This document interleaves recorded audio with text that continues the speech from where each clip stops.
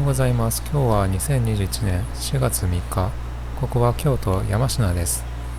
今日は京都の桜の名所をいくつか観光して、最後に姫路城へ行きたいと思います。今画面に見えているこの小さなどこにでもあるような川ですが、これは京都にとって最も重要な川であり、京都の発展を支えてきた、偉大な川です。奥に見えるトンネルは日本最大の湖、琵琶湖につながっています。昔から深刻な水不足に悩まされてきた京都ですが、今から100年以上前に人の手によって作られた人工の川です。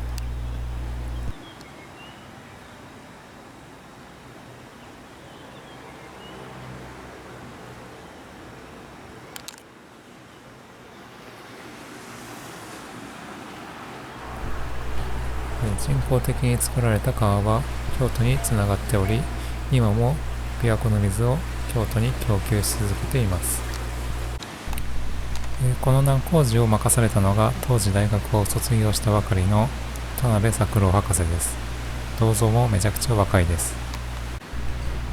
この線路は手上げインクラインです。琵琶湖に比べて京都はかなり低い土地にあります。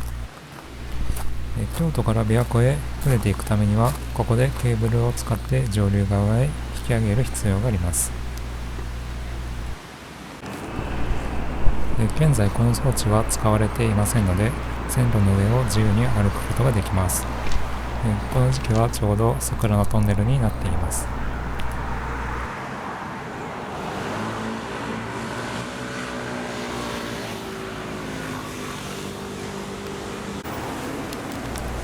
この青い台車に船を乗せてケーブルで上流側へ引き上げていたようです。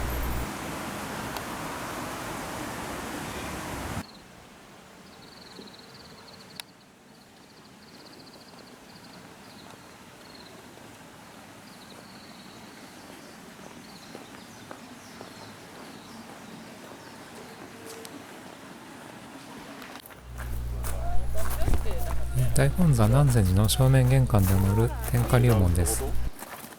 この建物は400年前に建てられました。7階のビルと同じ高さで非常に重い瓦屋根を使用しています。この樹々を支えるため、木の柱はとても太くなっています。このレンガでできたアーチ橋は水路橋です。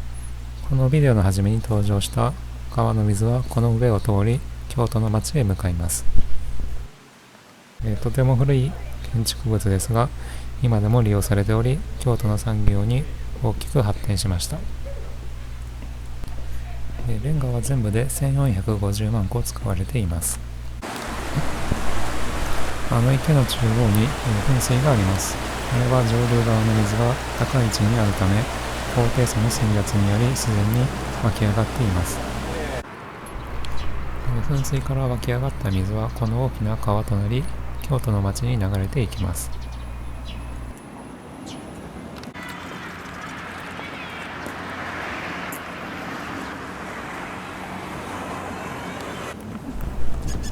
ここは京都の二条城です。江戸時代に作られた日本のお城です。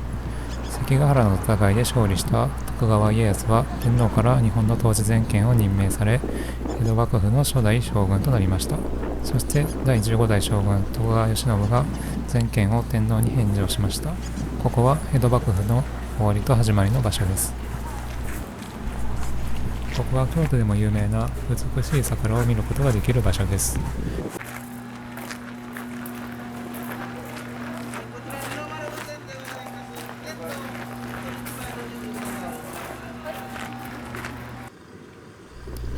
春にしか見ることができない桜と二条城の日本庭園です。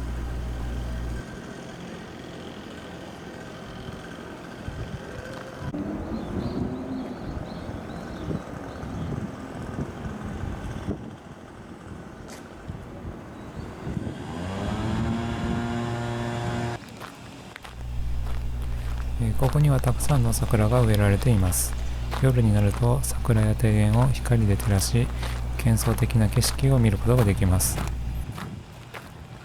昼と夜では全く異なる景色となるため、1日で2回楽しめる場所です。京都の仁和寺に来ました。ここも美しい桜を見れる場所で有名です。仁和寺の南側の庭園は枯山水になっています。枯山水は水のない庭という意味です。白い砂を敷き詰めて水があるように見せる伝統的な技法です。こちらは仁和寺の北側の庭園です。大きな池があり、その池の向こうには五重塔があります。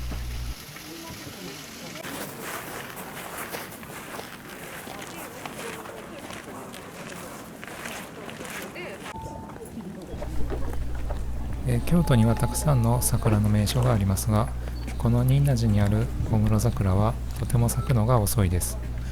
また散るのもとても早いので、見に行くタイミングがなかなか難しいです。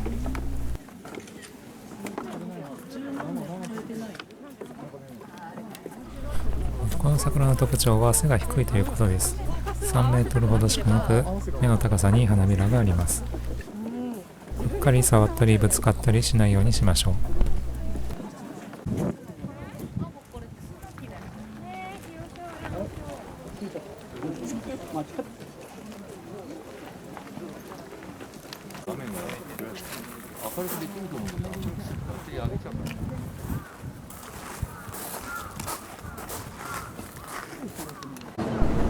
少し時間が余ったので京都を離れて姫路に来ました。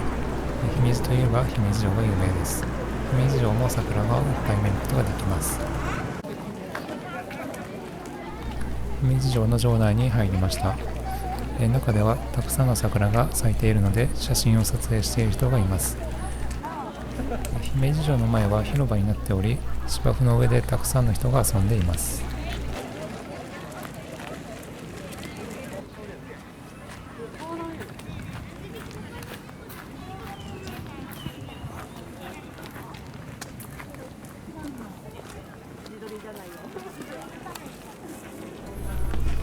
ここから見える夕日を浴びた姫路城もかっこいいと思います。姫路城は現存するお城の中で最も大きいお城です。周りも暗くなったので今日の桜の旅はこれで終わりたいと思います。ご視聴ありがとうございました。